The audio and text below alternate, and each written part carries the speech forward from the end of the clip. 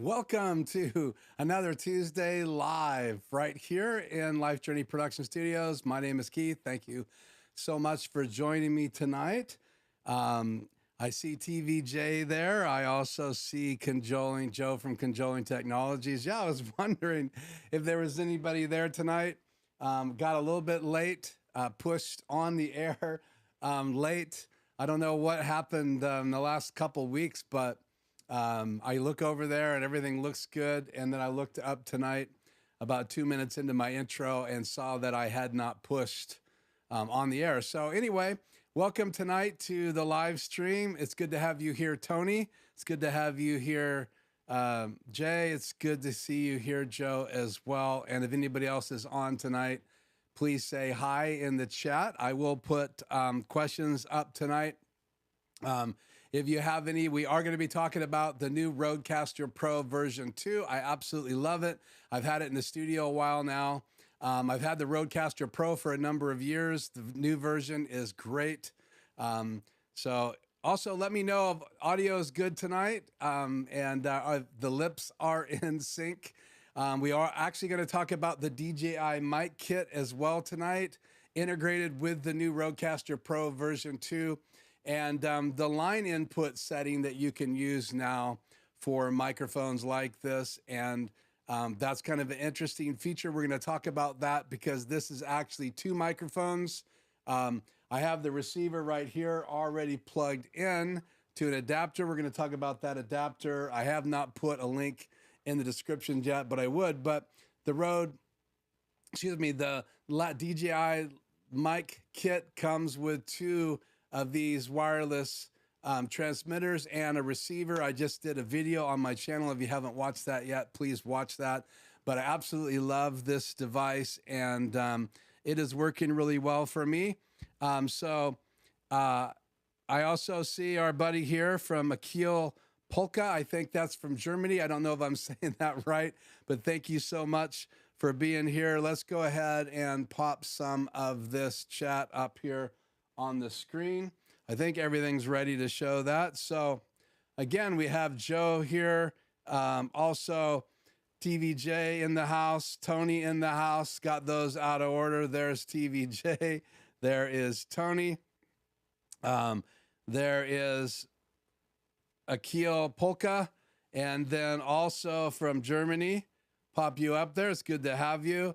And then obviously, again tonight, there's Freddie. Thank you so much, guys, for joining me. We do have lots of stuff to cover tonight. There is no post-show. Every other week we have the live show, then the post-show. Tonight we're just going to be live. Again, thank you so much for joining me. Also, we have in the house Lieutenant A.K. Allen. It is good to have you here. Let's see, did I get you on here? Are we having trouble here? Let's try that again. Yeah, there it is. Greetings. And so I think I popped everybody up on the screen using my Wacom One tablet and the Wacom One pen so I can look right down here and see the chat. So obviously when you are going to be creating a studio at home, many of you guys already have them. Lots of people I know that are on the lives each week are actually streaming, doing videos. I don't know if everyone's streaming, but I know lots of you do videos and you record those and upload those. And we're going to talk just a little bit about the integration.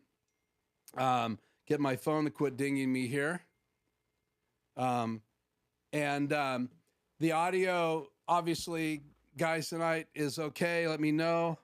I didn't see a note here. Yeah, and I'm not recording. Thank you so much for that, Tony. So again, now I'm recording. We're talking about the RodeCaster Pro version 2 tonight. And there's been a number of firmware updates. Obviously, they released this probably as soon as they could get into production. Tom Buck had one in early release without the released firmware, and he did lots of videos using the beta firmware. They're doing beta testing, so you can actually download beta versions to your RodeCaster Pro, and then they'll release the actual version. We're going to talk A little bit about that tonight. The latest version is 1.0.7. Also, there's been at least one firmware update that I've seen to the DJI Mic kit. And again, I absolutely love this. I've been using this a lot the last 2 or 3 weeks as I've been working with a new client, doing a lot of video from my phone. This little puppy right here, and the fact that you can take this little, plug it here, you can take this little transmitter and plug it into your iPhone using the Lightning adapter.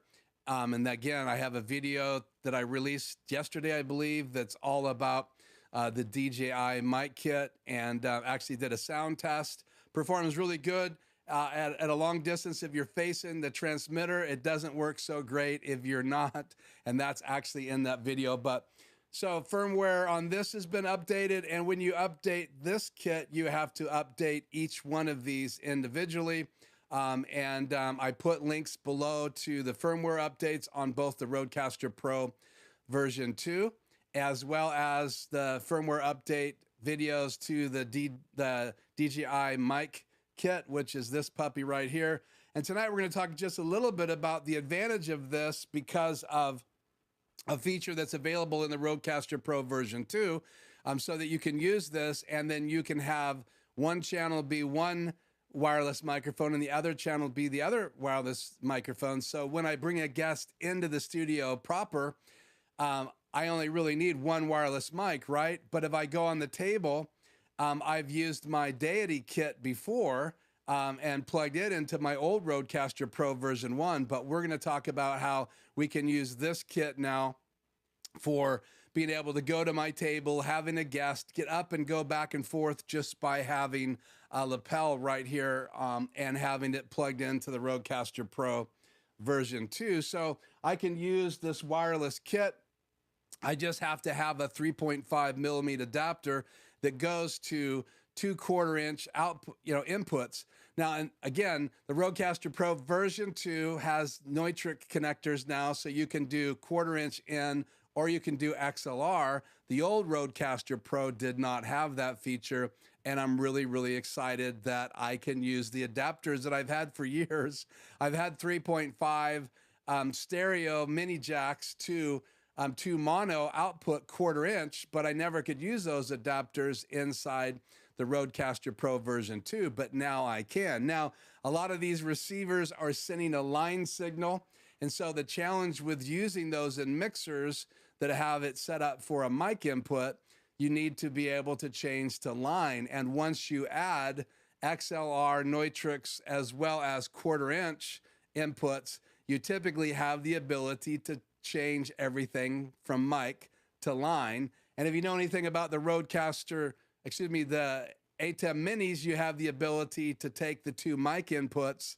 You have 2 inputs in the Mini Pro, the Mini Pro ISO, the ATEM Mini itself, also 2 mic inputs that are actually 3.5 as well in the Extreme ISO and the Extreme. And so you can go into the control software and change those from mic to line, and I've done that before.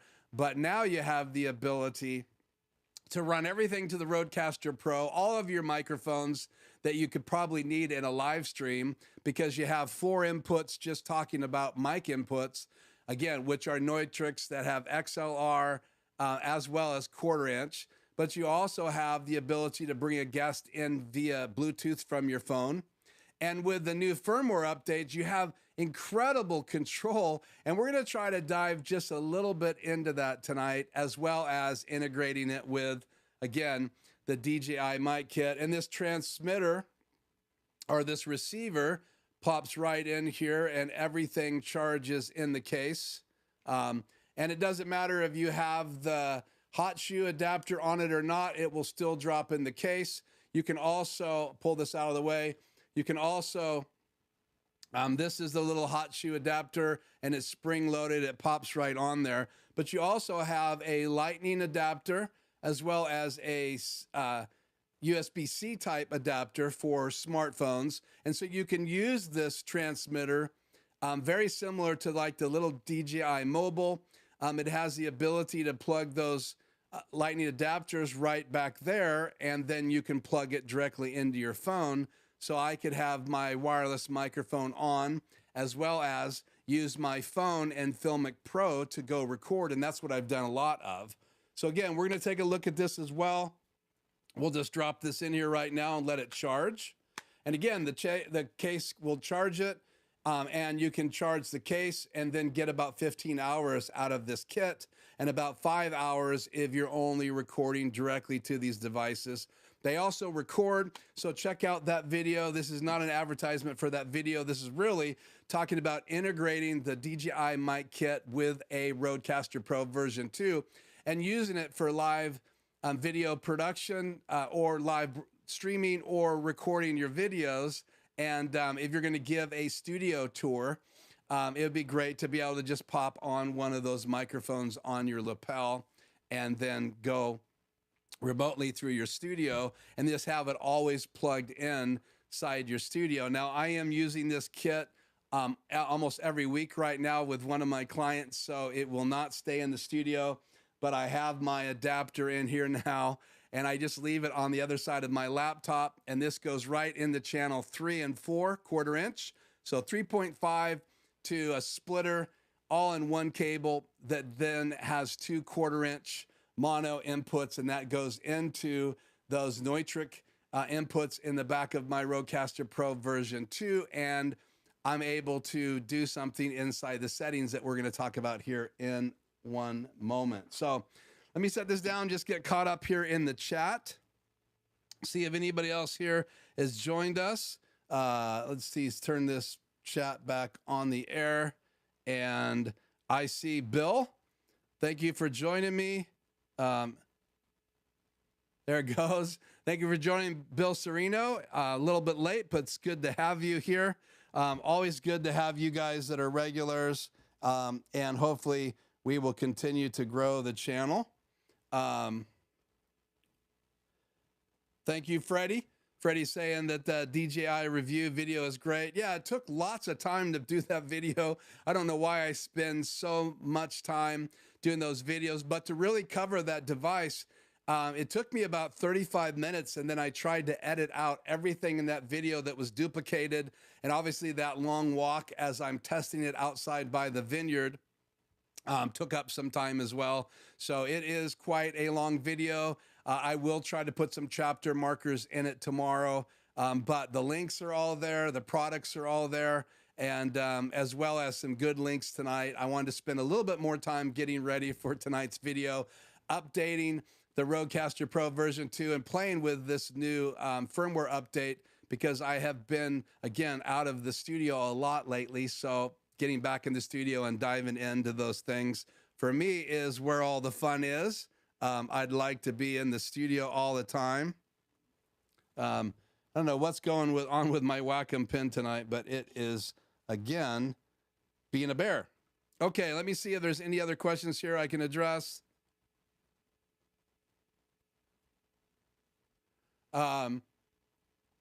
Let's see. It's good to have you here from Germany.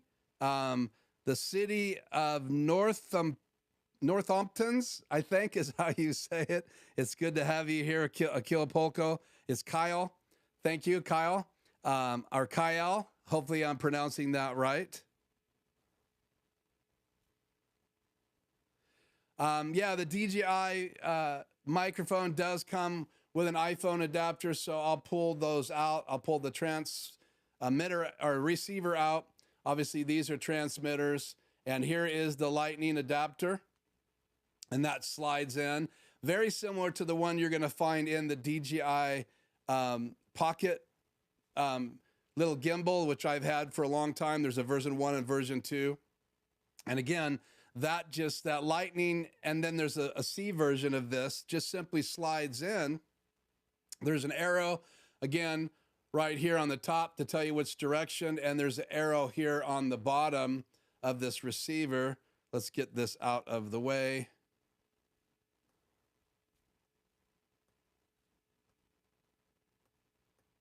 Cool. And this will slide right in here. like this in the slot, and then it's ready to go in the iPhone.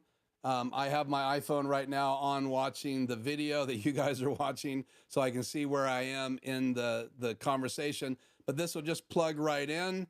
And then inside Filmic Pro, which I also talked about in my video, you go into the settings for audio in the iPhone. It has a number of microphones, and then you choose the, let me remember what that is. Let me shift over here to Filmic Pro. In Filmic Pro, you're going to go into settings, and up here under audio, you click on audio, and then you want to go to I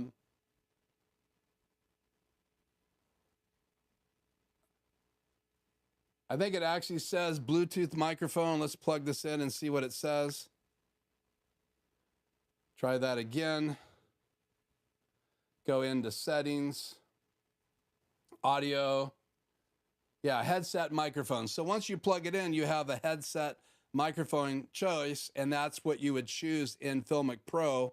And Filmic Pro is just a great app that you can use for recording, and that's the app I've been using to shoot videos when I'm using my iPhone and the DJI Mic kit for doing that. And so then you can just pop this back out. It goes back in the case. And on the other side of the case, and it's nice that everything stores in here except for the two windscreens or dead cats, whatever you want to call those. But you also have the USB-C adapter, and this would be for non-iPhones that have a USB-C port. I think the new iPads have a USB-C port. It's faster than a Lightning now, so this is kind of the better of the two adapters, but they're stored in here as well as the receivers, and you can see what size they are. You can record inside of these as well. And so you have two of those, and we'll pull one out and put it on my shirt for here in a few minutes. And you can do that with a magnet on here. So you have a magnet super strong, or you have a clip, so I can clip this on as well. So tonight, I'm just gonna leave the magnet attached to the top of it where you need to have it to get it in and out of the case. And then I'm just gonna clip this on right next to a little hanging thread evidently I have tonight on my shirt, Joe said. And I'll turn this on in a little bit. So we're gonna get back out of Filmic Pro and then get back into tonight's video.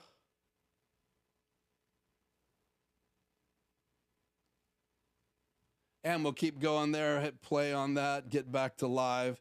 And again, I like to use my phone because it lets me know where in the live stream you guys are so I can see how far ahead I am. So integrating the DJI Mic with the RodeCaster Pro II is our conversation tonight, and as well as the firmwares and what's changing in both of those devices, because the DJI Mic was pretty well built and the firmware was pretty rock solid, but because of the great computer chip inside the RodeCaster Pro version 2, the feedback that Rode is getting is causing these new features to come about, and they are really a major changes. So if you were to go back in time and watch all of Tom Buck's videos, and he did such a good job, he's been on the chat here.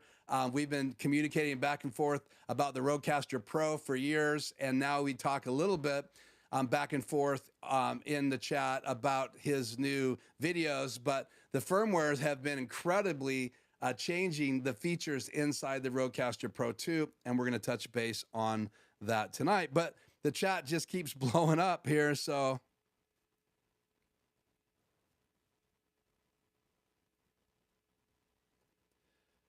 that's a good point. I will say that the ATEM Mini preamps are noisy compared to the new RodeCaster Pro version 2. Tom Buck goes directly to computer software when he goes live.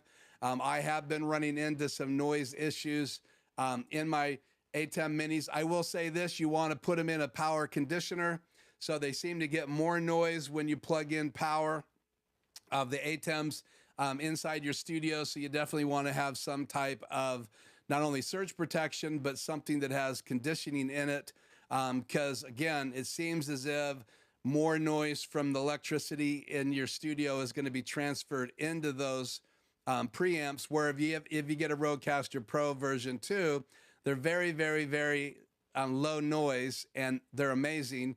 So if you have these headphones on, listening to your voice in a RodeCaster Pro, and then you bring that in to your ATEM Mini, which I'm going into my Extreme ISO and listen to the headphone output of the Extreme, because you don't have headphone outputs inside the ATEM Mini, ATEM Mini Pro, ATEM Mini Pro ISO. You can hear the noise. I actually have to use the noise gate to get decent audio. So you're actually listening to me through those preamps. So not just the RodeCaster Pro version 2, but that is then feeding inside my ATEM Mini Extreme ISO.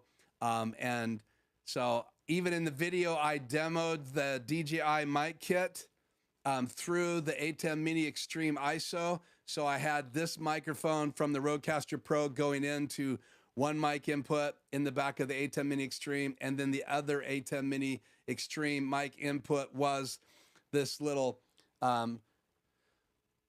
receiver, and I was transmitting from the microphone in the studio to it, so you could A/B compare that. Tonight, we're actually going to be doing similar thing. We're going to go into the RodeCaster Pro version 2 and then into the ATEM, and I'm going to talk about the advantages of that here shortly. So, okay, so let me look it over here at Super Source. My overhead camera is probably timed out. Let me switch cameras, take chat off the air so it doesn't look crazy like it just did for a second. And let's see. Go PC to camera 1. There we go. And let's switch to Super Source now, guys, so you can see this. So there's the RodeCaster Pro.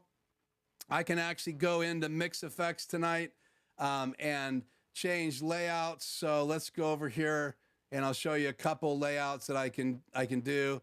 I can do this version right here. I can do this version right here. I can go like that. You can see more of the RodeCaster Pro. I can go like this, and I love Mix Effects because you can do Super Source layout changes. I could even go like this, scoot over a little bit. So I've done a couple layouts tonight that I want to use. This one primarily, actually this one right here primarily. And I want to look at this real quick. Let me adjust this camera just a bit here and turn my logo off the air. So now what you can do is you can see my microphone and you can see the levels right there on the screen. What I want to do now is I want to take you inside these two channels. So this is channel 1. This is my microphone right now. I could mute it, and that's what I do when my intro video is playing or my outro video. I'll mute it. I can mute these microphones. Right now the volumes are down and they are muted. So if I had those out, so we'll take this transmitter right now. We're going to plug it into the 3.5 millimeter jack, and it has an output. On this side, there's a headphone out and a regular output. I'm going to plug this in now. So it's now sending a signal. So we'll turn the transmitter on.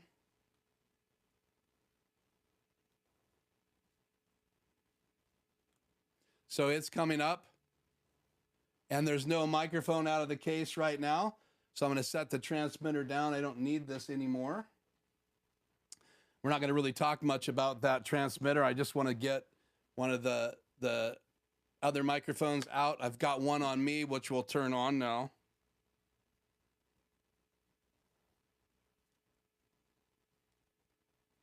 So a little green light comes on. And then once I unmute this, check. Bring the signal up. So I'll keep it muted so you can see a signal there now. And then if I turn this microphone on as well and it is muted and bring that level up, now you can see both those levels. I'm going to bring those down so they're pretty much even. So I'm actually able to live mix the signals from those microphones. And now what I want to do is when you push these buttons up here, it takes you into the setup. And one of what I wanted to show you is that you actually have the ability to do line level now. Hopefully you can see that. I'll take this from multi-view so I can see a little bit bigger what you guys are seeing here. And it looks pretty in focus. So then if I went through the different choices here, I have a guitar, so you could plug in a guitar, a dynamic microphone, a condenser microphone, and then if you do choose condenser, you're gonna have to turn phantom power on, a pod mic. So these are presets for the broadcaster, the podcaster mic, which these are Rode microphones. Then you have the NT1, which is a Rode microphone, the NT1A. You also have the RE20, which is not, it's electric voice. Electric voice is very popular microphone used in podcasting or in radio, so it's a choice. And then you also have the SM7B. So if I was to go over into my channel, right here, I've chosen the SM7B, and what that is EQ'd specifically for that microphone, and then you can turn the effects inside the RodeCaster Pro on if you really want effects on your voice, and I can turn them off as well. I also have presets, so if you don't want to have to change the compressor, change all of those settings, and we'll go through those here in just a second, then you don't have to have them all on. You can just use 3 preset options that you have right here. So I won't mess with my microphone. We'll go over here to the second microphone, which is this channel right here, channel 3, and that's this lapel microphone right there, and it's on right now. So we're gonna set it down. So let's say I wanted to turn the effects into the presets. I can just switch on presets, and then I have neutral, podcast studio, broadcast, and then a preset that I created called Keith. Or I can go back and use these presets right here with the back arrow, depth, sparkle, and punch. Or I can go back to advanced and have all of these on. So they're off, now they're on. And in here, I can go through those. That is the high pass filter. There you have the de-esser. You have the de-esser, the next. You have the noise gate, which I use to cut down the noise from my room. And I also have to use a noise gate inside the ATEM control software to get rid of that preamp noise that's inside the preamps inside the ATEM Minis. And I hope that they update their preamps, because ATEM Mini all the way up to the extreme ISO, I haven't had an SDI in my studio, so I don't know if they have the same issue with preamps. I also am curious about the 1ME, 2ME, and 4ME, if they have better preamps in them, but we'll see. So compressor is the next option. Then equalizer, so I can set the EQ, and you can see the EQ on that channel. I can go to the exciter. So this is the famous Aphex effects. You have a big bottom, which is a bass boost, which you hear in radio a lot. And then you have an exciter, and what that does is that just adds basically harmonics to your voice. And I've used harmonic exciters before when I'm using those like for backup vocals, or if I did a layer on vocals when I was producing in my studio.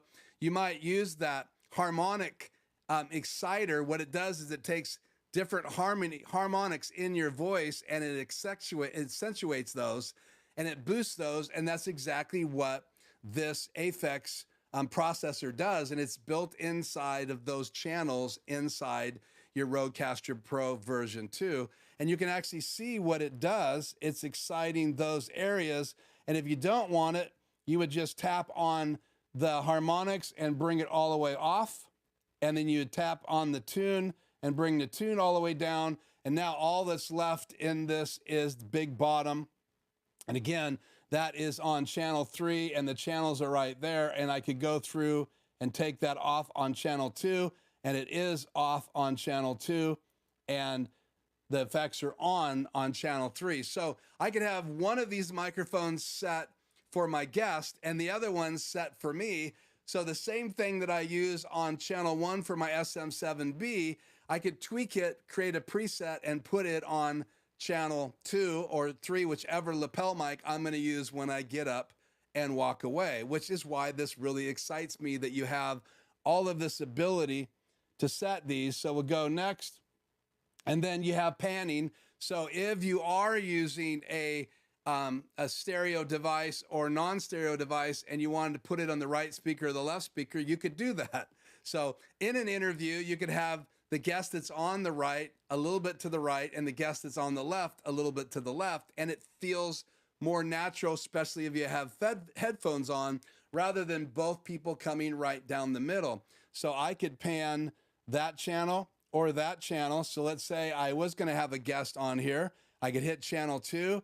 I can click on the pan, and then I can move this guest to the left and then hit channel 3 and move the knob, move that guest to the right. And I can look at the percentages if I wanted to and match them identical. And when you're mixing drums or you're mixing backup vocalists or you're mixing rap music, you are going to pan a background vocal to the right and to the left in rap music. That's just what you do to get that talking voice to feel a lot wider and give you a better stereo playing with the main rap vocal coming right down the middle. And so you would only do this if you were going to try to have guests. It wouldn't sound good on just a single microphone. So we're going to bring these pans back to channel 2, bring that pan back.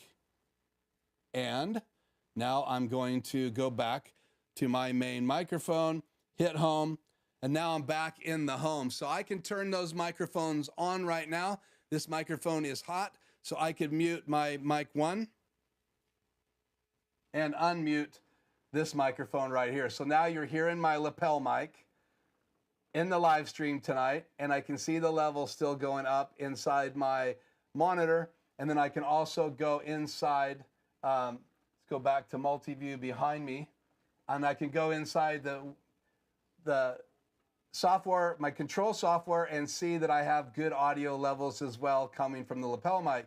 So now I have the virtue of getting up, or if I just want to move in here. Now again, I don't think this is going to compete with the SM7B. That's why I have it.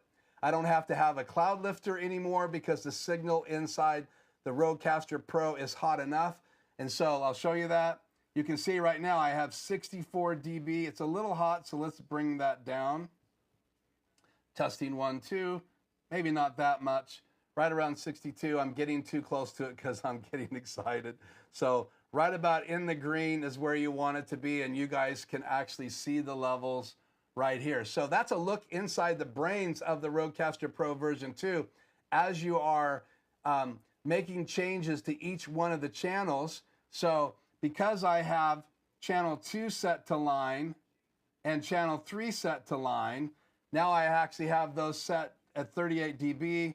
That's at 39, so let's just even those out. So now I have a left and a right lav mic inside my live stream right now, and that's what's incredible. Now, how do you get it to be left and right? There's a setting inside this device, and I'll pull it up here. That's why I have this long cord. So there's a setting inside this device. Let's go to my SM7B microphone. So inside here, you have the ability to change it. You swipe down, and you can change from mono to stereo, and you can have a safety track. So if you wanted to have a lapel mic in your system, but you also wanted to have a backup track, you could record inside of this device and actually have one recording be -6 dB from whatever you have your settings. And then when you're done recording, you have 2 tracks in case one peaked and you had an issue. And so right now I have it set for mono.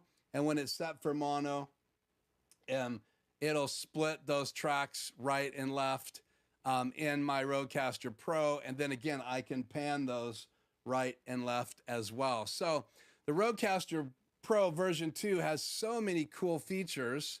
And that's just the beginning. Now, with all the firmware updates, you can do so much more. So if you go into settings and go into outputs, you have the ability now to turn multi-tracks on and off. So you can set them for pre-fader or post-fader. And so literally this will send all of the tracks to your PC or your Mac so that you could do a recording and mix everything down later like a multi-track recorder.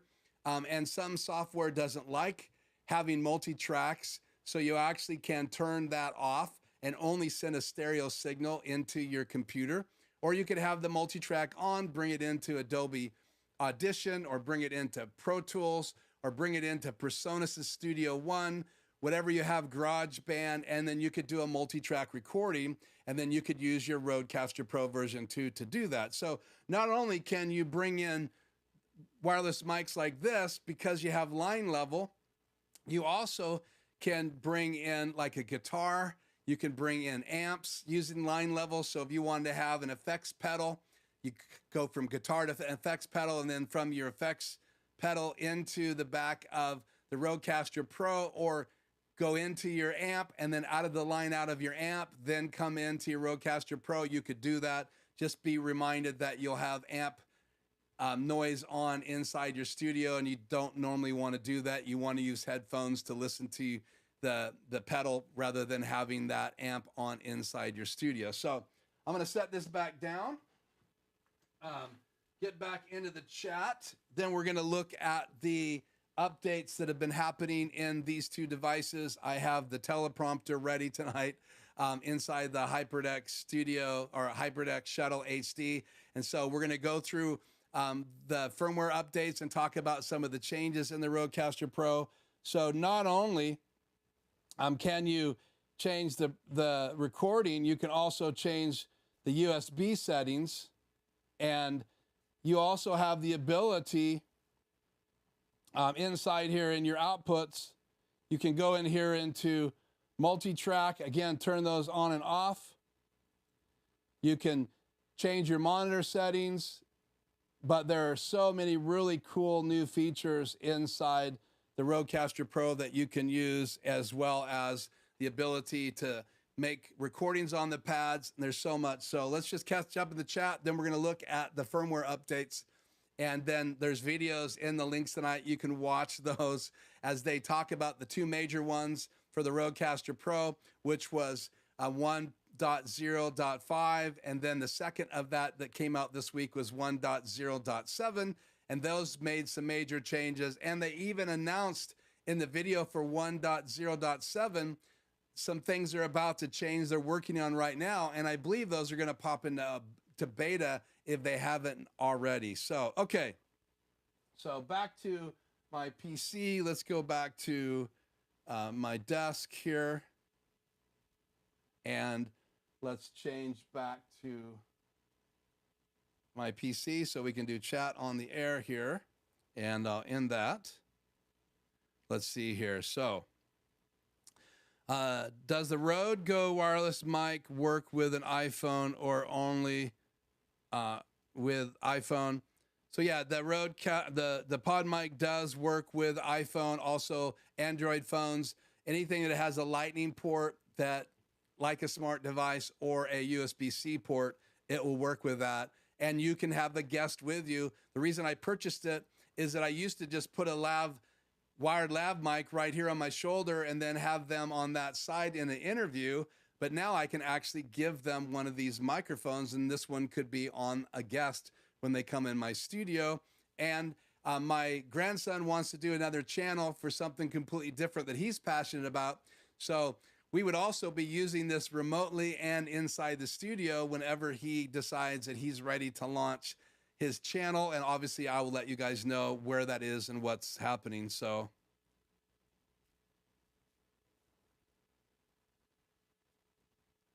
TVJ says anything with a 1/8 inch jack should only be line level. And I really believe that the ATEM Mini Pro proves this, or ATEM Mini Pro, Pro ISO, Extreme ISO, as well as the regular ATEM Mini. If you don't have it set for line level, you can't even use the wireless Go mic or the DJI mic, any of those. So you need to change that to line level.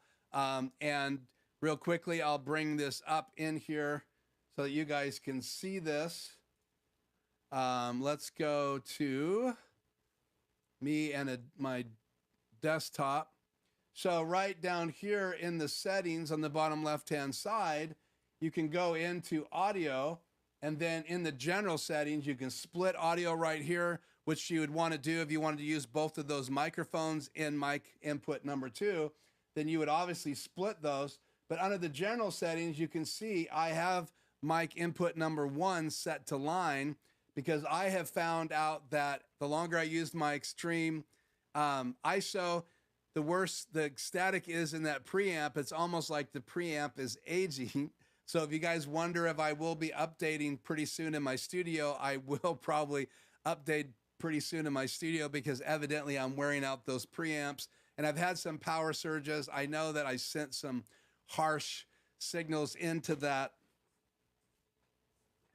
preamp. So I used preamp number 2 for that. And then I did use the DJI Mic kit. I did use that in input number 1 in that video I did. Now I'm running it through my RodeCaster Pro version 2, so I can bring everything into mic input number 2. So I also could feed audio into a embedder. So if those preamps are that bad, I could bring the audio in through a specific video input in my ATEM Mini Pro and my ATEM Mini Extyteme ISO, but I don't have the ability to do any frame delay in those video inputs. That's the downside of doing that. So if I want to make a switch, I just change right here in the settings. I'm done. I'm not going to change anything. And then, like I said, here is where you set frame delay, and that's only available in the mic inputs. You can see there is no option over here in the regular video inputs. So if I was to play one of my HyperDecks right now, you're going to see an audio level and you're going to hear it in the show. So if I hit play right now, you can see the audio level popping up, and that's my audio coming in, that HDMI from my HyperDeck, and you hear it when I'm playing my intro video. So I could embed audio coming out of my RodeCaster Pro right and left inside my HOSA, which is a splitter, so I can send the signal from my RodeCaster Pro 3 directions. I could come through that and go directly in to one of my embedders, and I have a 6G SDI to HDMI, or it's the other way around, I can't remember, but it also has a right and left audio embed plug-in, so I can plug in an 1/8-inch jack, quarter-inch jack, excuse me, in the right and left and bring audio into that. I've been using that when I want to record 4K from this camera right here into my HyperDeck, because my HyperDecks will record 30 frames at 4K, and my EOS R will send out of the HDMI, clean HDMI, higher resolution into my HyperDeck, and then I can get a 4K recording, a long one, inside my studio, so I don't have to put any chips inside my camera. I can just record in my HyperDeck, and I'm wired right now so I can do that. I only have to push a switch, and then it sends that camera directly into my HyperDeck, and then I just switch to record mode and I'm ready to rock. So again, you got to go into the control software if you want to enable that feature of line input. Now you have the ability in the RodeCaster Pro version 2 to have line inputs, and to me, that's a game changer. Okay, so let's get back to the chat. Sorry, I waxed a little longer than I wanted to on that chat on the air. Let's get that one off the air. Joe is asking about my finger. My finger is great. I sliced it up, but it's healing up. It's amazing how our body heals. But I literally took a chunk out of my finger, my ring finger on that hand, and it is healing very nicely. Thank you for asking.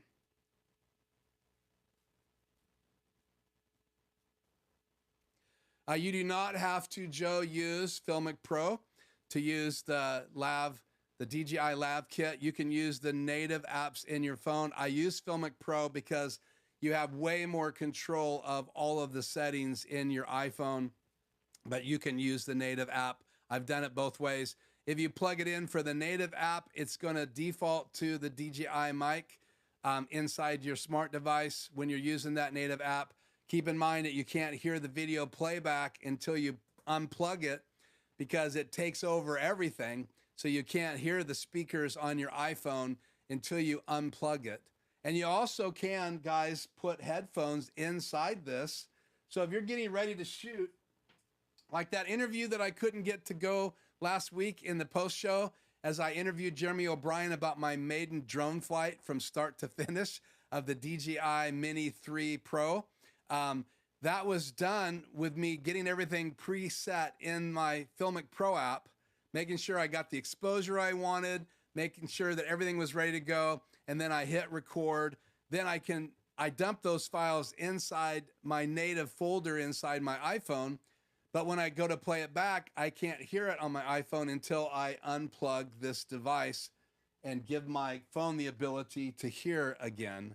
So if I didn't like the sound of this microphone so well, I would probably be just using the lapel, because as I move around, the good audio drops out because I got my head turned. When I do Zoom calls and I do client calls, I'm going to be using this exclusively. This sucker is going away because I'm constantly showing them how to do things as well. And I'm not as concerned with the audio quality because I'm not recording when I'm doing that. So again, you can let me know what you think about the DJI Mic audio versus the audio that you're hearing in the studio. I'm still live, so we'll go to that again. So there you go, that's the DJI Mic. And there's windscreens that can go on here as well if you're outside, which is super important. Here's the adapter right here if you're gonna plug into your camera. Obviously, you're gonna put the hot shoe adapter on it if you're gonna plug in the receiver on your camera. And then you can set the gain on the receiver very, very hot, and then lower the preamps on your camera, because most of the camera preamps are worse than the ATEM Mini Extyteme. So note to self, right? If the preamps are bad inside your ATEM Mini or inside your camera because they're not super high quality preamps, then what you do to deal with that, and this tip is free for you guys tonight. I've learned this the hard way, but you lower the preamps in the device that has bad preamps, and you boost the preamps in the device that has plenty of power. That's why the RodeCaster Pro version 2, having the ability, I think, to go to 73, I believe, up to 73 gain, where it only used to go to, like, I think 59 or 58. I can't remember the ATEM Mini Pro. That's huge. So keep that in mind. Boost the gain in the device that has really good preamps and lower the gain in the device that does not, and that will help you out. So you have these little windscreens. I demoed this in my video. I'll just show you real quickly. Let me turn back to this microphone, and then we'll switch to this. So let's just do it real quick. Let's go to this mic. That's what this microphone sounds like without the windscreen. Testing 1, 2, testing 1, 2, testing 1, 2. So we'll mute that, and I'm just touching mutes on my board and watching the audio levels on my confidence monitor. And what you do is there's little notches on the microphone that's built into this device. You can also plug in a microphone. So I have my Deity lav mics that I use. These are higher end mics. They're called the Pro version. They sell right now for about $150. There's a link to this inside my new DJI Mic video if you would like to get one of these. They're great microphones. They're skin tone, so great for like weddings and things like that. So instead of being white, they're actually skin tone. They come with, you choose different adapters depending on what mic kit you're using. So this one actually will work with the lav mics, even though I have not tested it yet. I will be testing it in the near future. But I used these microphones when I had Matt in the studio on my Deities because they come with a cheaper mic as a kit, and then I upgraded to these mics when I'm using them. So those can be plugged in to the very top here next to the built-in microphone, which this is a very good quality microphone. It sounds amazing for a kit that at this price point. I paid twice that for my Deity kit. And now I have this kit as well, which is a lot more portable. So I'm going to pop this on and then we'll test it. Make sure it's muted. Line this up, which is hard to see, especially with the lights I have here in the studio shining in my eyes.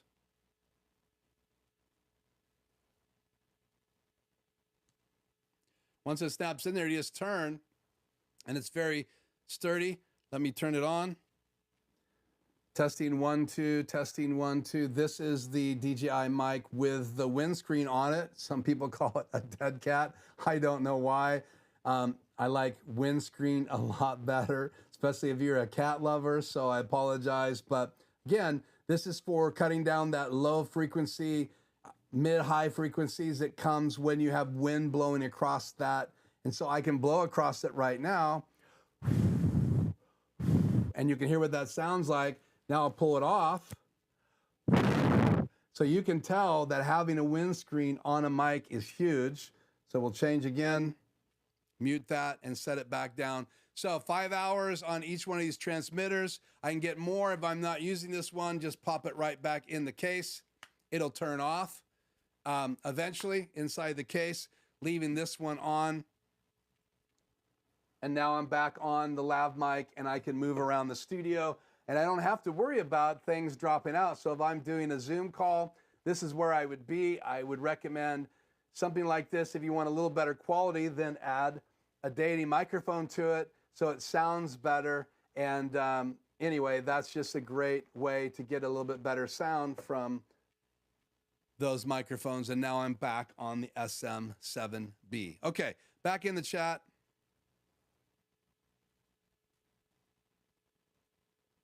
Good to have you here, DJ Ware.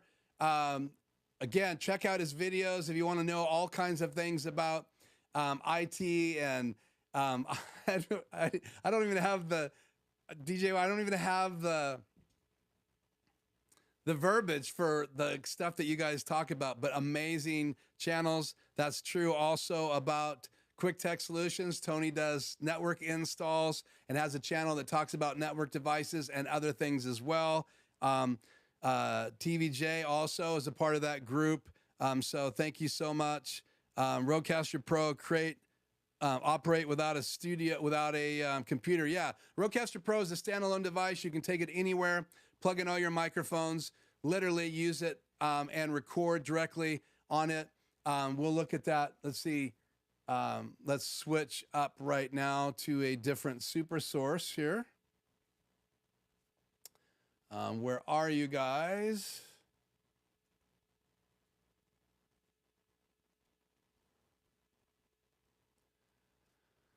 Okay, and then input. Oh, I know what I need to do. So let's switch to my camera 3, see if it's still live. It timed out. This camera is getting changed. Trust me, I'm tired of reaching up there in the middle of the studio times. We'll turn off the air, the chat off the air, and now we are going to switch over to Super Source. And so if you wonder why it gets all squiggly, that's because I still have chat on the air on, so you're actually seeing that channel with the key on. So I have to turn the key off the air, which is how I bring chat on the air. So input number 2 needs to be switched. So let me go into Super Source layouts here. And, oops, don't want to do that. I better lock that. See, I can actually adjust the layouts with my finger. Box 2 needs to be that input right there. So there's the RodeCaster Pro again. Let me bring this out just a bit. And I have all the levels. I have 4 channels that I can be using for inputs. I also have the Bluetooth channel, and now I can arrange them any way I want. So if I want the phone Bluetooth signal to be on channel 1, I can just change it. It has a matrix built into it, and I can just change the way I want that. With the new firmware update, I literally can go in and turn off whatever channel I want out of the 3 inputs that are available going into computers. So out of USB-C 1, you have a chat input that already has the stereo channel of your speaker, right, muted. So it's called mix minus. So that guest person is not coming back through. And then you can make a mix minus now and turn on and off whatever channel that you want to. And you can make a mix for your PC. If I wanted to go Zoom on my PC, I could, because now I have a second USB-C out. And so I have an interface either way. So TVJ, all you have to do now, if you wanted to record what's happening, is out now. I am recording all of these channels going into my RodeCaster Pro, and I can actually do it pre-fader or post-fader. So I could have these channels recording even though I don't want them in my live show. So if you're not using it for a interface into a PC or a Mac, you can simply use it as a recorder. So I'm trying to convince my client to purchase a RodeCaster Pro and some microphones and an ATEM, probably an Extyteme ISO, maybe probably all HDMI, and a couple cameras, and start doing a bi-weekly podcast / live stream to help build their business and set up a location inside their showroom to do that. So people could literally walk in during the live show. I think it would be great. And when they do remotes with radio personalities at off-site sales like they did a couple weeks ago, I was there and got a chance to be on that local radio with a DJ. People are used to that. They see DJs there. And so if you're okay with having people walking around while you're live, I think it would be great. And if they want to be on camera, they'd have to come into the set. And I think that would be really cool to interview people and do impromptu interviews in a live setting inside that business. So you could do it live or just record it like a podcast. Obviously, it's not going to record any video unless you also set up a video camera. And again, remember, you could come out of the RodeCaster Pro right and left, adapt it the other way down to a 3.5 jack, plug that into your camera, and now you would have a recording in your camera that you could then sync up with the recording inside your RodeCaster Pro. So now I'll turn that off, and now I'm no longer recording inside my studio, but it's paused to let me go into record again. And if I don't want it to record, then I just won't unpause it. So it's literally in the firmware update, it's now paused, and I think I have to hold it to get it to go green, and that is in, I think, firmware version 1.05 in that update. So you can use the RodeCaster Pro as just a recording device, or you can use it as a multi-track recorder into a PC, or you could use it as a live streaming interface for all of your audio, and you can even add effects. And if I want to bring in my music that I normally play during my intro and outro, I just simply bring this channel up and hit play. And now you have that audio inside the live stream. That's one bank that I have my track. This is a looped version. This is the full version. Now if I go back a page, these are all those vocal effects that we've used before. If you remember, I left those on by accident. So let me put my headphones on so I don't do it again. So this bank has effects like that. Turn it off. You have effects like this. So I am a robot. Welcome to my live stream. And then if you go to the first bank, then you have the built-in effects. This is a music track.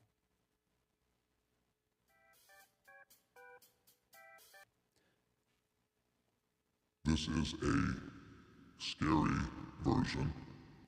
This is the robot version. And then this bank, you have all of these options. So music, applause. Thank you. Thank you very much. Thank you. Thank you. No. That's enough. Stop, please. Please. No, please stop. Thank you. No, I said stop. So you can just tap those and you can change the settings so that they play all the way through. If you're just going to do a interview with someone and you had them earlier and you recorded it, you can actually record on these pads. You do that by hitting settings. Get settings again. You go into Where is it at? Show, I believe. No, sorry. You would think I know how to use my RodeCaster Pro. What happened to? So they actually did change a few features, smart pads, there it was. So I can record on these pads and I can go through the different banks and you can see these are my tracks right there. These are those effects. So you got pitch up, you got monster, small robot, ducking. And ducking will actually lower your other guest's voice. So you could duck them down or you could duck music down so that you could talk over it. That's built in. You have this sensor feature, and I think I'm on that page right here. So sensor. So if I said, oh, that hurt, I can censor things I said. Now, I didn't swear, FYI, but I wanted you to see how you could use that. Large robot. So now I am a large robot. Now I am a small robot. I will eat you. Please don't, please. So those effects on and off. And then again, all of these different things. You got rim shot. You have trombone.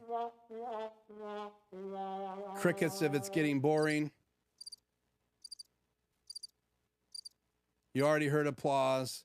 Air horn, which would be great for games. And so you can lower the volume. So lots of features in there. I don't think I have robot on my voice anymore. Testing 1, 2, testing 1, 2, testing 1, 2.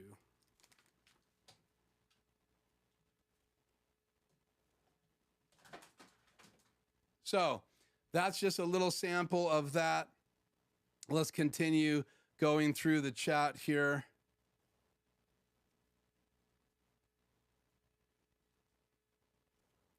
I'm sorry that super source was just a little whacked. I just saw that at the end there because I drug it around. So sorry if you couldn't see all of that. Let's bring chat back on the air here. Let's go through here. So Akil, I have been through the Kyle Canal. Great city, great people. I think that's a critique of my saying your name, but if not, that's really cool.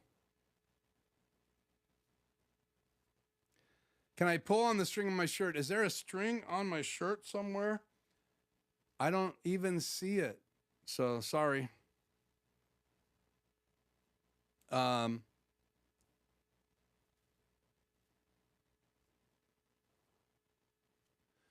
that's a good wish for the new ATEMs going forward is a lot of little changes. Way better preamps would be awesome.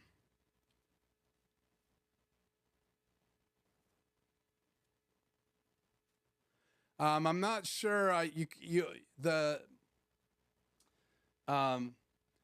transmitters only have a 3.5 and you cannot use phantom power microphones. So if the mic you're using has phantom power built into it, right? So that means that there's a battery inside it.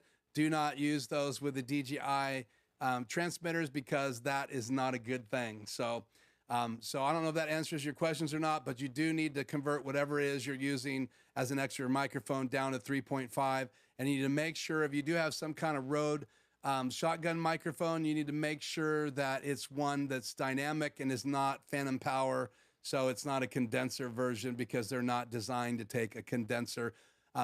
Any kind of voltage at all, it says in their software or their information that do not do that. So hopefully that answers your question.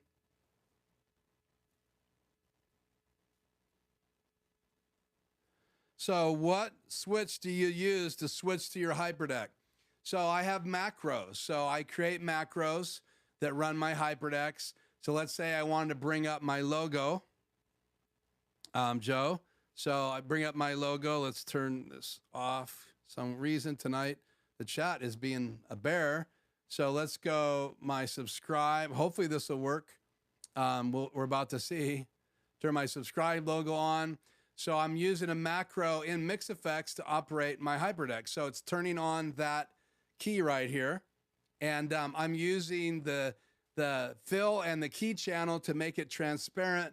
So if you look at that again, all of that, it's got nice crisp outlines because I am using the alpha channel and the key channel. And what the key channel does is it cuts out the background so that everything you see on top looks crisp.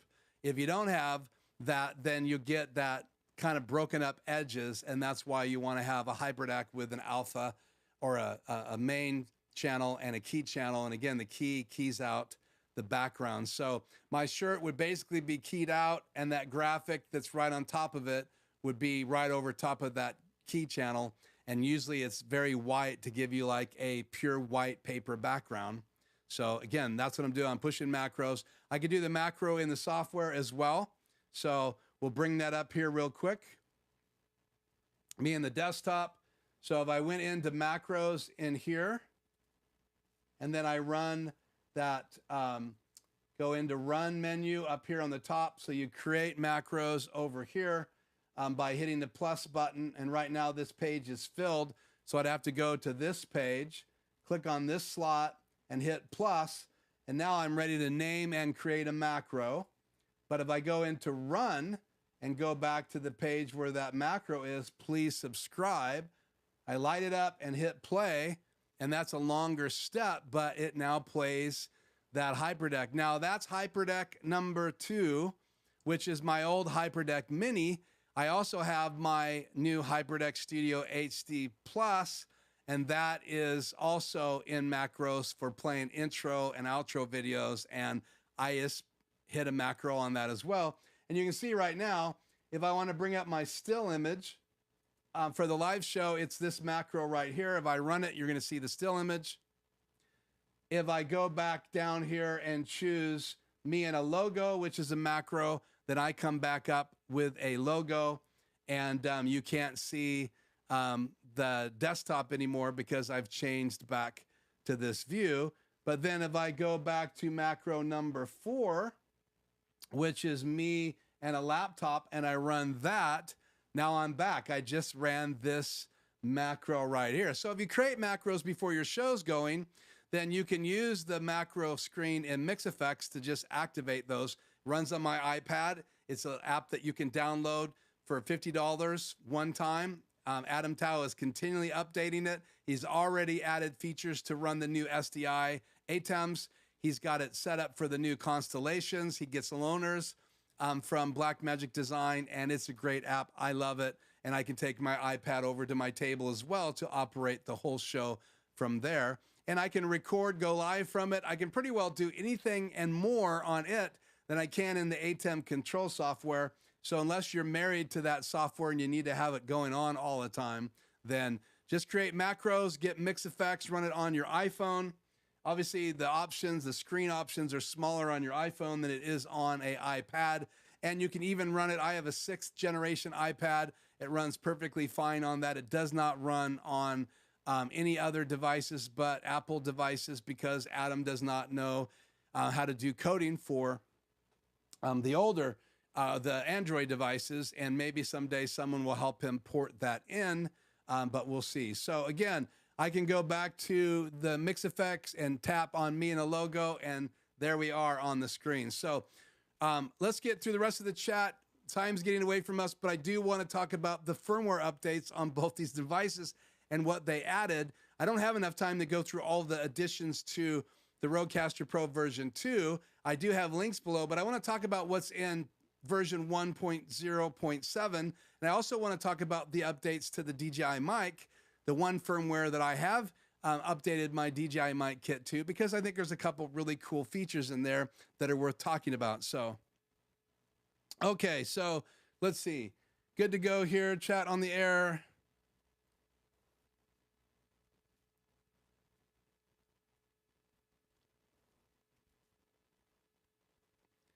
So Jay has this adapter, and there's lots of adapters out there, but he has a TRRS, which is what normally is in an iPhone. If you don't have the lightning port, you have an older iPhone, it has a TRRS input. The old ATEM Mini, or excuse me, the old RodeCaster Pro had a TRRS adapter in the back, so you could plug in your iPhone into it, TRRS into an older iPhone, into it for TRRS, and then you could actually bring in a caller tethered. Now you have to do it through Bluetooth because there's not a plug-in on the back. There's only 2 USB-C ports, but they could be used too. If you bring them into an iPad or an iPhone, you'd have to convert USB-C to Lightning if that's the kind of adapter that you have. But you can also plug them into an Android device, is my understanding, that has a USB-C port, or a iOS device that has a USB-C port. So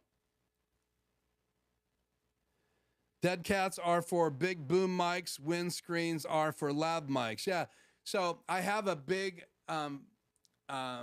blimp by Rode that has a big windscreen that goes over that, and that is for the bigger condenser microphones. And those windscreens are like these. So technically this is a windscreen, and this will come off this microphone. I can literally pull it off right now if it will come off. No, I'm not going to do it. It's just going to make too much noise. But this windscreen will come off. I have a bigger windscreen that'll go on. And then the dead cats are the furry things. And that's why there's a difference in verbiage between what a windscreen is and a dead cat is. So that is correct. Thank you for that, TVJ. Thanks you for thinking that was funny, Joe. Can you show what pitch up sounds like on the RodeCaster Pro? Yes, I can. So let me grab my headphones.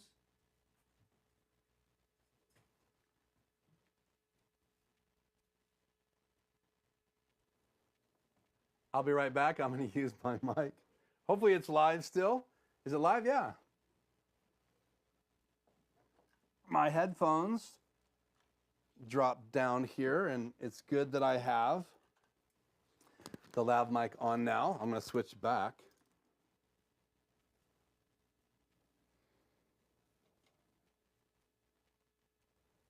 Going to switch back to the SM7B. We want to go on to page 2, and then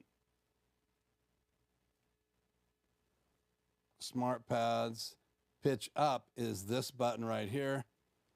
Testing 1, 2, 3, 4, 5. I'm a chipmunk. How about you? I'm a chipmunk. How about you? Sorry. That's funny, isn't it? Are you laughing? You're not laughing, are you? Are you laughing at me? I will Get you for that.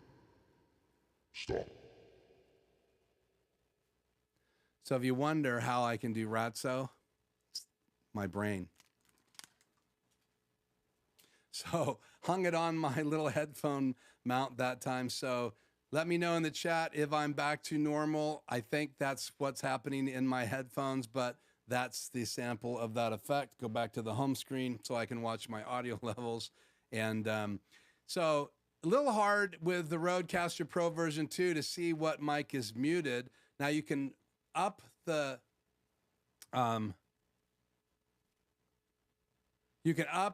levels of the lighting and lower them, but again, with my lights in there, it has a tendency to wash out when it goes from regular red to bright red, which is muted. But the good news is you can actually turn chat off the air here. Is that still live? Yeah, it is. Let me go back to Super Source here. Cut back. Okay, and change the input again.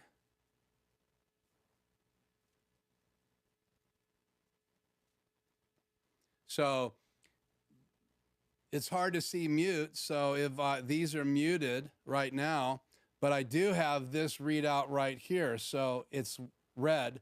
Again, without that little LED, it's hard to see what's red down here, or bright red. So it circles them with red up here. So watch what happens with channel 2. I'm going to mute channel 1. And now I've unmuted my lav mic that I have on. And so you can see that, but you have, again, it's one more thing in your studio you have to be paying attention to. So it's really kind of hard to see that on the bottom row right there. So that's my story, and I'm sticking to it. So let's do this. I don't know why that does that. Let's hit play and see if this is going to work here. Okay. I should be getting teleprompting here. Let's go like this. There we go. Okay, so the DJI mic, gonna have to change screens here so I can see this. But in the DJI mic, the firmware information is right here. This is the close look up guide. This is sponsored by DJI. In this video, I cover the DJI mic kit, how to use it. So these are different links. If I switch over here, I have the RodeCaster Pro firmware updates. So in the DJI mic, I thought I had it copied in there. The DJI mic update, it added the ability. Let me stop this real quick so it doesn't go away. Let me grab this microphone out of here. Yeah, the ability to raise and lower the lighting of the little adapters, so little lights on here. So if I hit it, turn it on, it goes green, and you can raise and lower that so it's not intrusive in the middle of like a wedding or if you're indoor and the lights are out. And then when you go to record, you have this record button. Hit record. For some reason, it's not recording right now. Go figure. It's recorded every other time I push that. But the new firmware update, once you have it recording, it will not accidentally turn it off when you bump the record button. So that's another really cool update in that firmware.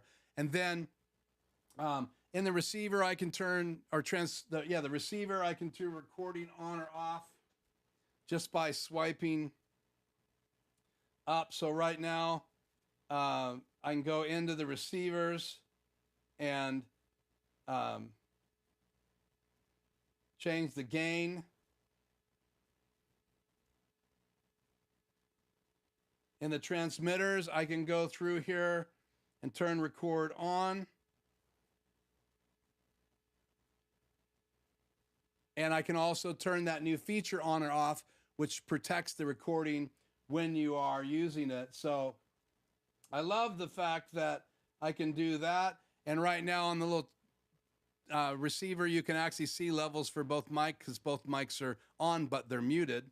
And so once I have that, I can actually scroll up, and on transmitter 1 right now, I can tap it and it's now recording. And this is transmitter 1 right here, and see it's recording now. It's got a little red dot, so I can raise and lower the light of that dot, so brighter or not so bright. There's a setting for dim and a setting for bright. That's the only two options. But if I hit this record button right now, it doesn't shut off. And that's the firmware update, because people were saying that you accidentally bump that when you're adjusting it or moving the mic, then you've turned recording off, and you really want the ability to have the recording inside this device while you're actually transmitting it. So I could record it inside here, and I could also set the safety track inside here. So I can go back on the screen right now inside this receiver and tap record, and now it turns record off. So I could do this right on top of the camera. And I can have basically whatever receiver I have on, I can turn record on or off.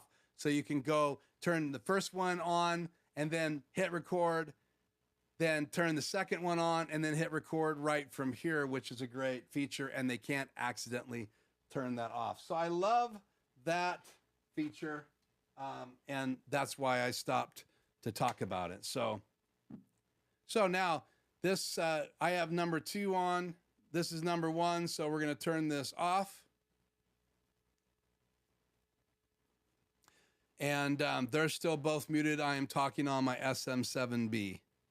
So let me finish going through this real quickly, then we'll talk more about the notes. I'm going to hit the jog and scroll wheel. So firmware on 1.7, it introduces a host of amazing new features, including custom routing for USB and Bluetooth outputs, the ability to make USB 1 a stereo output for improved compatibility with online streaming platforms. That was feedback that Rode got from people who game. Let's say, for instance, you want to make sure that you have your Discord not getting your music from your game. So you're in your Discord, they're not hearing game music, but you want the people that are watching you in your live stream getting game music. Then you're able to do all that now by routing what you want in that USB channel or not. So because you have the ability to have two signals going to your main computer, right? You could have one going to your gaming live stream, and you could have another audio device, USB 1 has two audio devices, go to your Discord, which I think is game changing for people that are doing both at the same time. Like John Barker does Zoom at the same time he's live streaming now. And I just watched him. I think he live streamed yesterday, and he had a Zoom group of people, a private group on with him while he was live streaming. So you can route different types of audio that way, which is really cool. Okay. So version 1, custom routing for USB and Bluetooth. One of the most requested features since its launch, custom routing for USB and Bluetooth. This is an important feature for gamers, streamers, and podcasters. To access this custom routing feature, tap the settings cog, and on the top right of the mixer interface, then outputs, routing, select the output you want to configure, and then tap custom. And so then once you've tapped custom, you can change that to whatever setting you want. You can also do mix minus, is also now available on all USB outputs. So again, remember, you have two outputs on USB-C 1, and you have one output on USB-C 2, and I use USB-C, the USB-C 2 to send audio to my PC, and then my laptop, I can have one setting in Zoom and another setting when I'm live, and I can route whatever I want now to those settings, and they're going to even have more routing available in the next firmware version. So let's go on down here. Also includes the ability to switch between a stereo or a multi-track output. I talked about that. So if you only want stereo going into your live stream, you can send a stereo signal out. Or if you want to use that main USB-C input in your computer to be a multi-track, you can then switch on multi-track and then bring it into your multi-track software and record. A USB 1 main will be set as stereo output by default for all new RodeCaster Pro users. So it's stereo by default. You got to go in and turn multi-track on now if you buy a RodeCaster Pro with 1.0.7 on it or in it. For existing RodeCaster Pro II users who update to firmware version 1.0.7, USB 1 main will retain its settings prior to the update. So if you had multi-track on, it's not going to turn that off, which is really important for people that already figured out how to set everything up and like it, but it's a feature people were expecting. An updated version of Rode Central is now available. So I have not downloaded the new Rode Central app. It's a PC or Mac app, and it lets you drag different sounds onto your pads. Make sure that if you have version 1.0.7 installed on your RodeCaster Pro version 2, that you also download the new Rode Central app so that you can interface back and forth. That's also how you can take all the recordings inside the device, like Joe asked earlier, or Jay asked earlier, I believe, one of you. When you go back to the studio and you want to offload all those files, you don't have to pull the little micro SD card out. Just plug in your USB-C, use your Rode Central app to dump all those files, and they've actually gone to a super fast USB-C 1 port, so it's very quick to transfer those files. I've seen a multi-track recording in the past take 15 minutes. Now you have a super fast USB-C port, and it's pretty fast. Maybe not that fast, but it is fast. So let's continue here. So now you can do that with the new app. We highly recommend using the most up-to-date versions of Rode Central. User interface enhancements. There has also been some useful enhancements to the user interface that makes navigating and using the RodeCaster Pro even more intuitive. So a little bit of changes. Firstly, fader position indicates on the mixer display now turn from white to gray when a fader is all the way up, which is cool. So you actually have some color changes as you're moving the fader up and down. It's also now possible to control the monitor output level, Bluetooth, and line out directly from the playback screen when listening to recordings. So now you can adjust that. And there's new tap functions in the main encoder so that you could actually do different things with it. And I'm still learning, guys. So I actually watched the video again today. I'm going to watch it again tomorrow and play more with my new RodeCaster Pro II. There's also been some changes to the behavior of the rotary encoder for more efficient workflow. Now you can easily cycle between the virtual channels and the monitor output by pressing the rotary encoder, making it easier to set levels on the fly. Pressing and holding the rotary encoder when a virtual fader is selected will now mute that channel, which is great. So you can mute a channel when it's selected from the encoder, which may just be faster than reaching down the push to mute button on a channel. Especially if you're setting up all the channels, getting ready to go live, you can just do all the muting and unmuting from the encoder.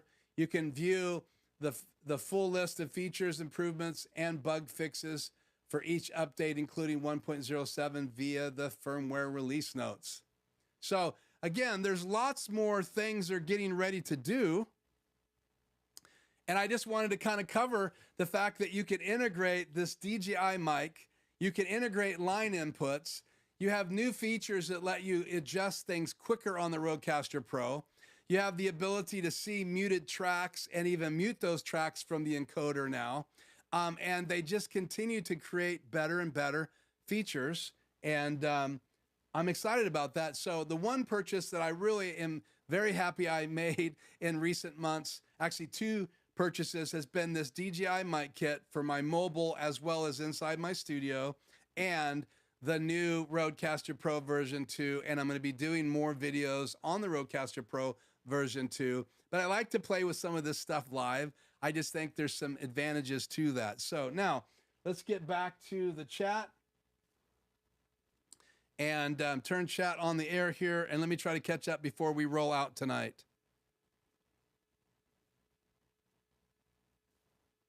So the RodeCaster Pro version 2 records on a micro SD card in the back of it. So you just plug that in. You could also multi-track record if it's plugged in USB-C right in Adobe Audition. So again, if it's an interface, then you could record on whatever you have. I always record directly into OBS, my audio track, and I record my intro videos in OBS because I like the countdown clock. So OBS has that cool countdown clock. I seem like I stop every time. I apologize. So let's bring up OBS.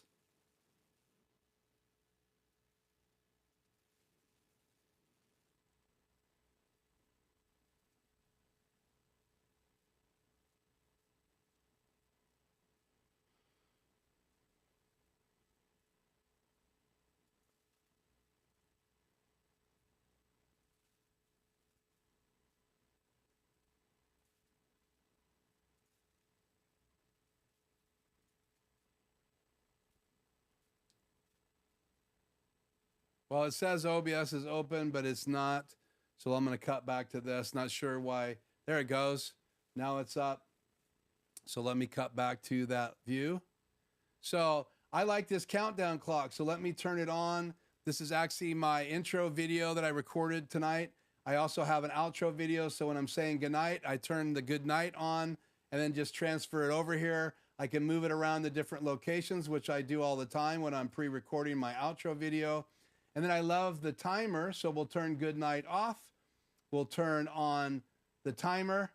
And then if I hit transition, it's my countdown timer. So I do all my recording, mainly because of that countdown timer inside OBS. Then I bring it into Adobe Premiere and I add my logo flying in and flying out inside Adobe Premiere. I export that as a Apple ProRes file into my disk, plug it into my HyperDeck, and then I can roll my intro and my outro video. So it's a number of steps, but that's the way I like to do it because I do want the countdown clock and I do want good night able to move around the screen. And I do that in OBS when I'm recording. So again, back in here, chat on the air, turn that one off.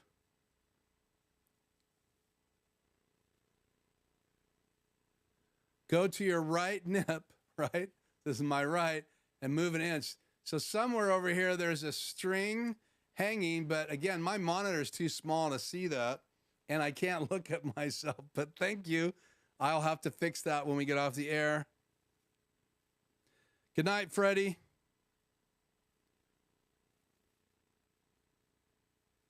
How many switches do I have in my setup? You mean to go from 2 inputs to 1, 1, 2, 3, 4, 5, 6, 7, I think altogether I have inside my studio. One is mainly just to switch from my HyperDeck to my ATEM. So if I want to just go this camera into my HyperDeck, I have a switch for that. It's not really necessary when we're live, but when I'm recording in my studio, that's when I would record from the camera to my HyperDeck. I don't do any recording in my HyperDeck.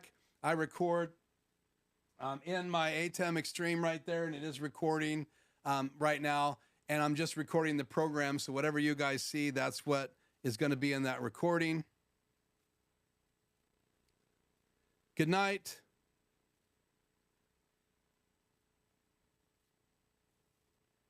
My time is wrong on the RodeCaster Pro. I can just simply switch that inside the RodeCaster Pro. Jay said that was funny when I was doing the voice effects. And no, I did not just say this show is sponsored by DJI. May have sounded like that, but it is not sponsored by anybody. So FYI, but that's a cool idea. Thanks for showing up. Raisin, thank you for coming from Australia. Appreciate it and joining me. Obviously, you don't have to drive here or fly here. You can't fly from Australia, but you can watch in a live stream, which is really cool. Yeah, you can sponsor my show, TVJ.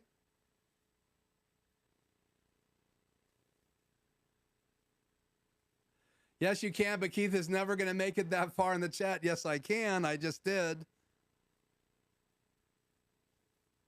It would be really cool if Rode added Tony Dante support. That would be awesome.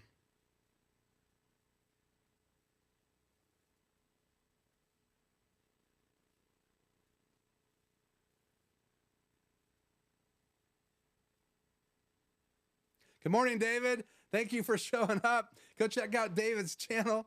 He's down in Australia as well, and he's got a great channel on cameras and lenses, and he's got a great setup at his place. So, and there's a cool new monitor out that actually is 2 monitors in one, and you fold it out.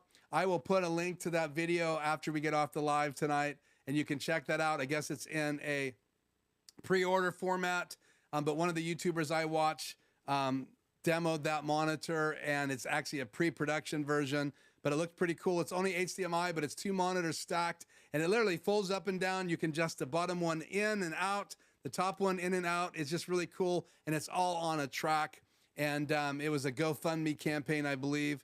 Pretty cool. Thank you, David. I hope you check the show out later. No, I have only under my desk, I have splitters. So 1 in and 2 out, and then I have a 1 in and 4 out.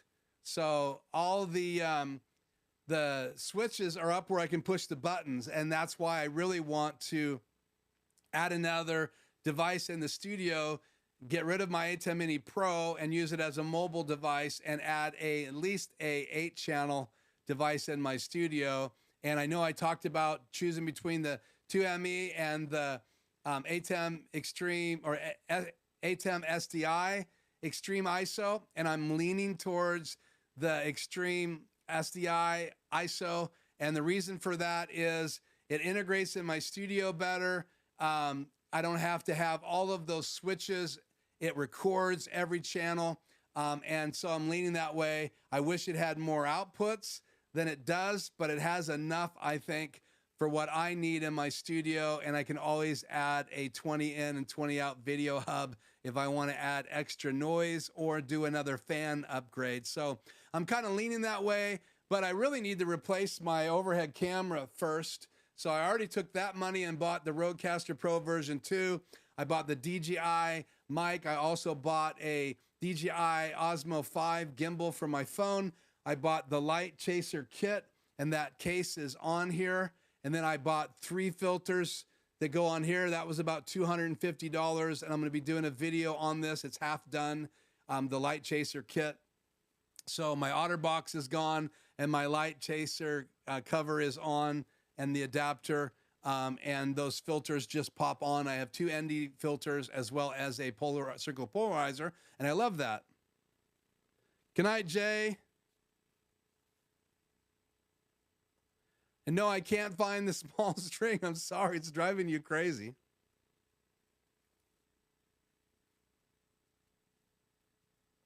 It's towards your armpit. Well, is it hanging now?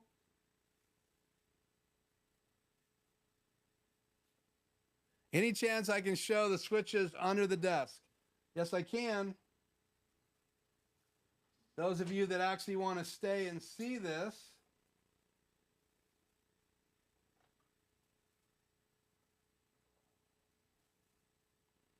I actually can tether tonight.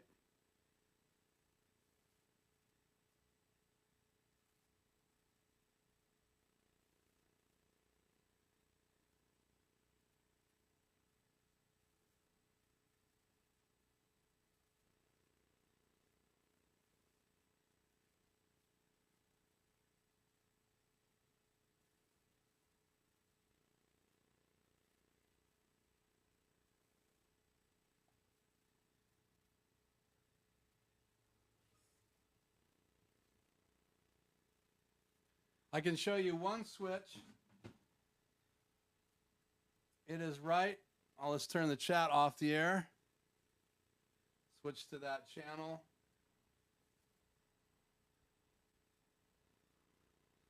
See all that mess? There's the 4 switch right there. And then that is a switch. That's a splitter right up there. And then there's a bunch more back in the back under all of this mess. So there's one right there you're seeing, I believe. So just a mess. There's my streaming bridge. There's my router.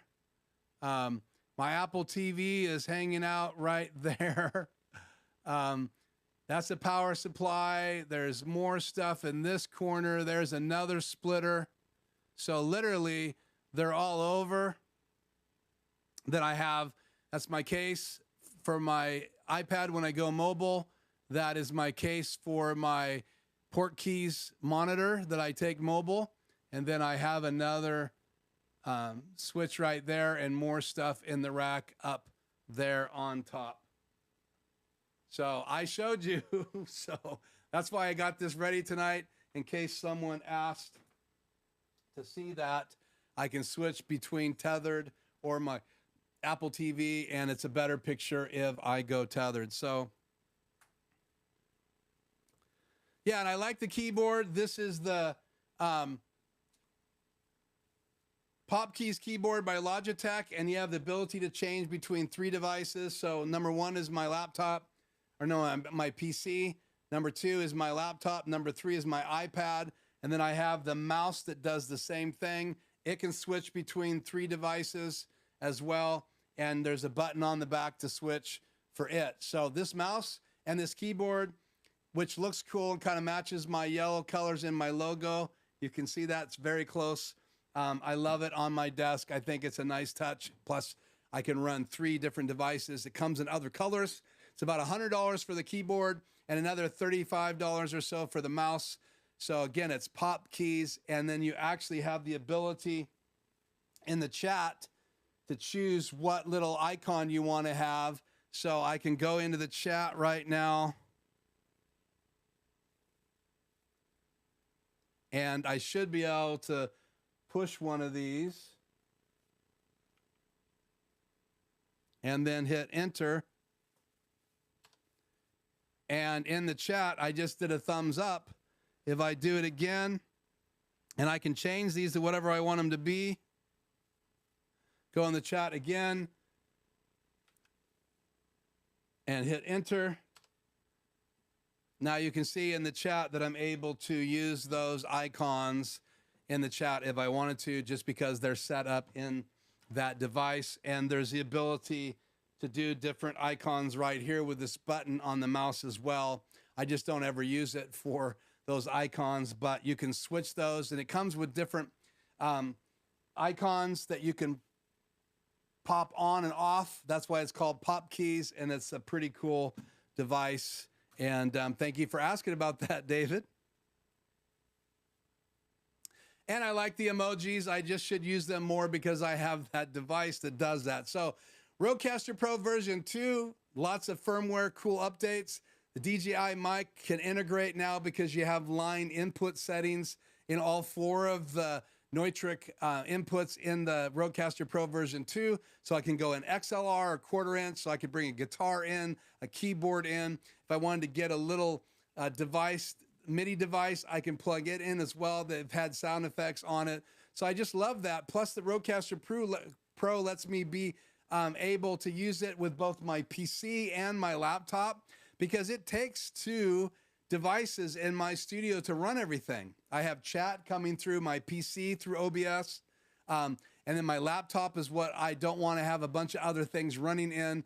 My Skycam runs through my PC, so I can turn my Skycam on by turning chat off the air, turning my Skycam on the air, and then if I hit chat on the air right now,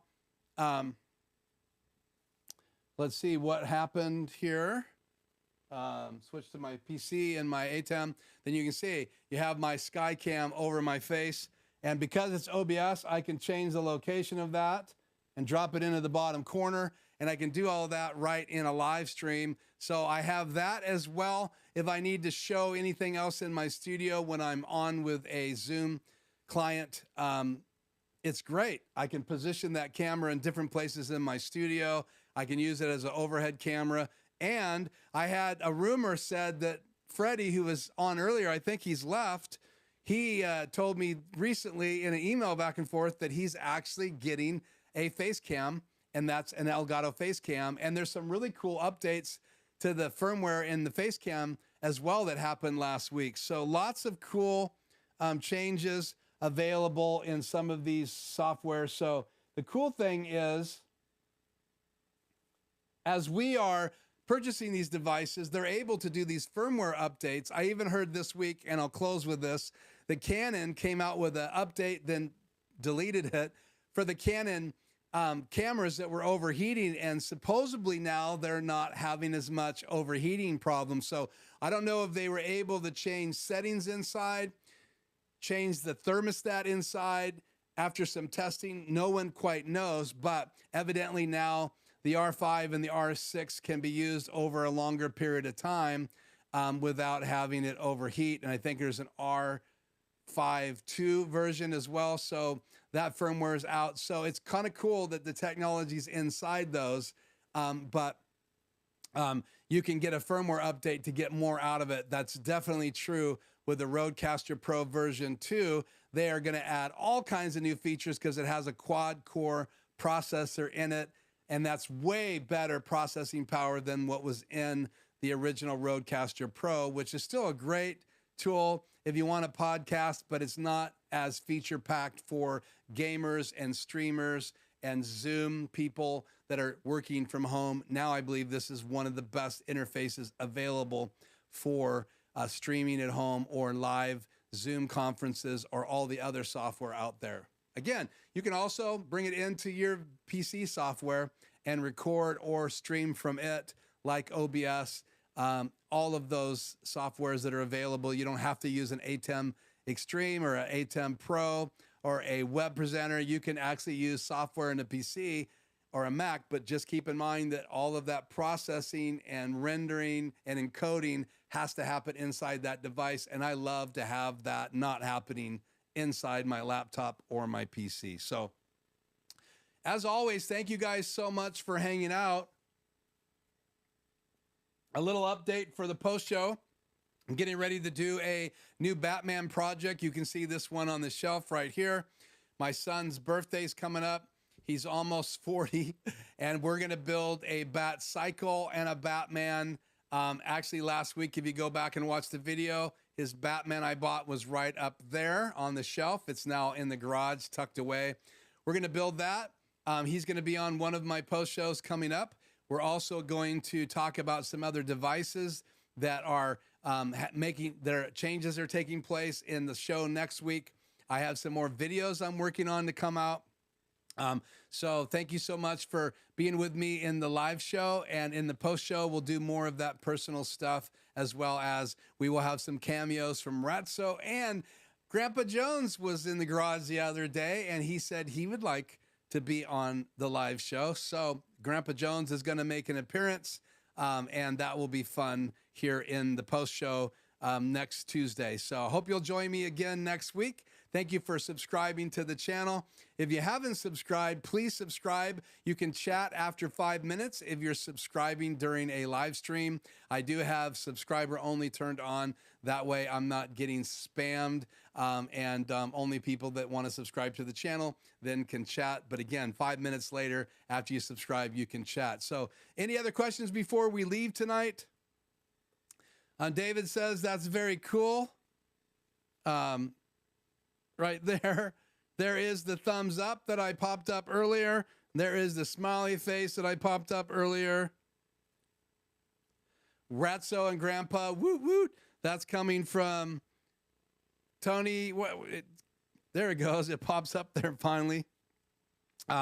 David, you have a great evening. Actually, you have a great day, because it's daytime there now in Australia. And again, very soon, let's have that Zoom call. David, I'm looking forward to chatting with you about your new Blackmagic device in your studio. I believe you said you have a 2ME and you're loving it. And so I want to really pick your brain about that, like we talked about in the chat last week. New Rise, good to see you from Boston. Better late than never. We talked about the RodeCaster Pro version 2, some firmware updates. We actually demoed tonight the teleprompter from Blackmagic Designs HybridX shuttle that was in SuperSource tonight, as well as we looked at the DJI Mic. In fact, I'm still on. I can bring that on the air.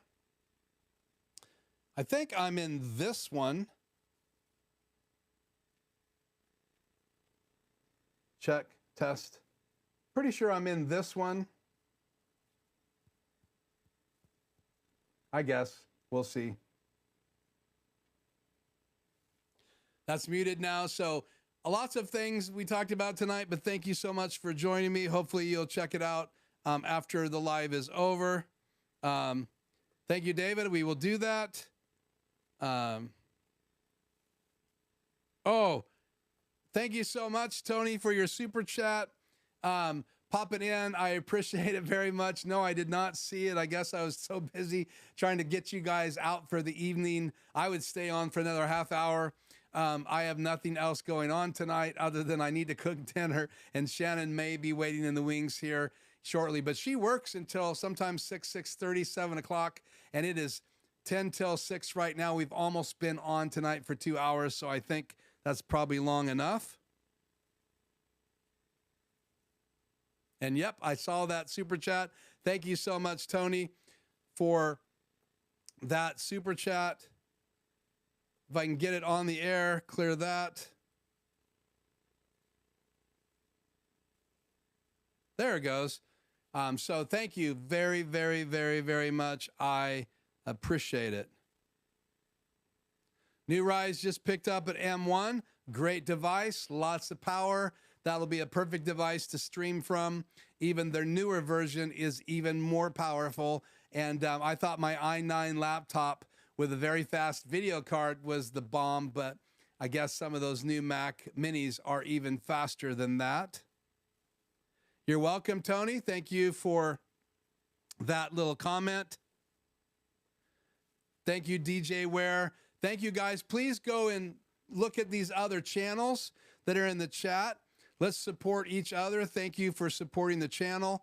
My channel has slowed down a little bit. I've been so busy with the new client that I haven't done as many videos, so I apologize that if you're watching this, you're gonna see a lot more videos.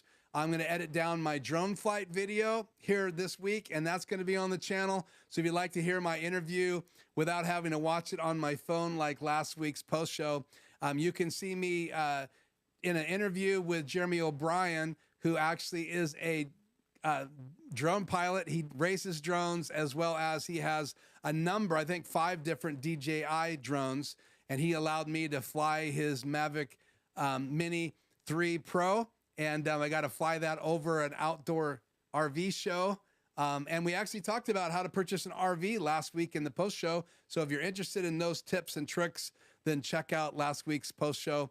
Ratso made an appearance in both shows last week. So if you don't know who Ratso is, go check it out. If you know who Jeff Dunham is, who is a ventriloquist all over social media, then my Ratso puppet was made by the same lady who made Peanut, one of his puppets. So check that out, and I will see you guys very soon, either in a video or in a live stream coming up very soon. Thank you for tuning in, and we'll just pop these last ones up. Oh, it's a Hollyland Lark M1. Yeah, that's cool too. So check that device out. I've seen some videos on some of my people that influenced me on the Hollyland Mark M1. So check it out. And I'm glad that's funny. I was thinking M1 Mac. Thank you. Great to have you as usual, Joe. And yes, the M1, I think Aaron Parecki's had it on his channel. In fact, Aaron Parecki just released information on drones that you may not know about.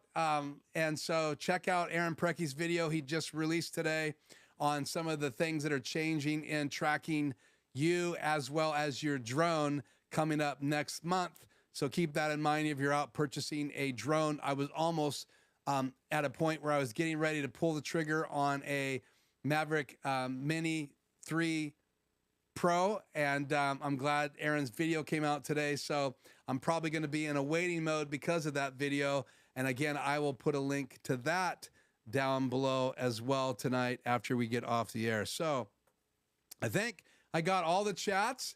Thank you for the super chat again, Tony. Anybody else? That super chat's available, not in every state or not in every country. So keep that in mind, but I sure appreciate the support of the channel. You can also support us by, again, if you haven't already, and you're watching tonight or even watching this delayed, by subscribing, ringing the bell for new videos coming out, liking it.